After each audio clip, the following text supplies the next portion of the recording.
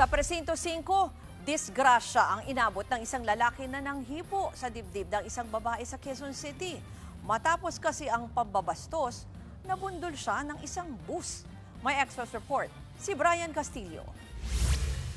Mag-aalas 10 kagabi nang makitang tila kinukompronta ng naka-shorts na binatilyo ang lalaking nakadilaw sa Purge Street, Barangay E. Rodriguez, Quezon City. Hindi nakunan sa video, pero bago ang tagpong yan, pumasok sa isang bahay ang lalaking nakadilaw. Doon niya umano hinipuan ang nanay ng binatilyo na si Jeng. Nakita po nung anak kong bunso, sabi niya, bastos ka.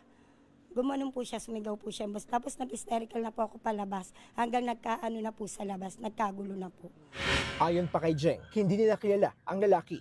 Kaya laking gulat niya nang pumasok ito sa kanilang bahay. Mukha po siyang manyakis na lasing na lasing. Yun po kasi nung nakita ko siya, tsaka first time ko lang po siya makita eh. Kanina lang po na inipuan niya ako.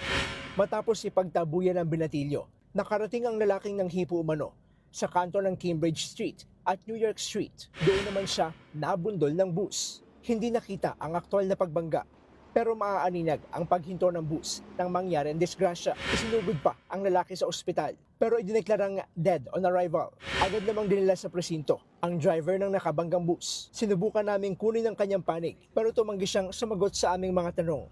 May komento ka dun sa nangyaring banggaan daw. May nabangga ka raw kaya? Baka may komento ka lang.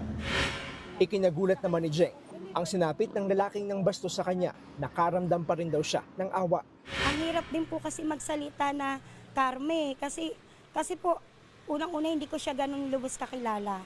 Kumbaga hindi rin po ako makapagsalita kasi medyo may awa dahil sa kalasingan niya, may nangyari sa kanya na hindi maganda. Tumanggi na munang magpaunlak ng panayam ang Traffic Sector 3 ng Quezon City Police District. Posibleng maharap ang driver ng bus sa reklamong reckless imprudence resulting in homicide. Nagbabalita mula sa frontline, Brian Castillo, News 5. Mga kapatid, Ruth Cabalco, para sa mabilis na pasada ng mga balitang dapat niyong malaman, mag-follow at mag-subscribe sa social media pages ng News 5.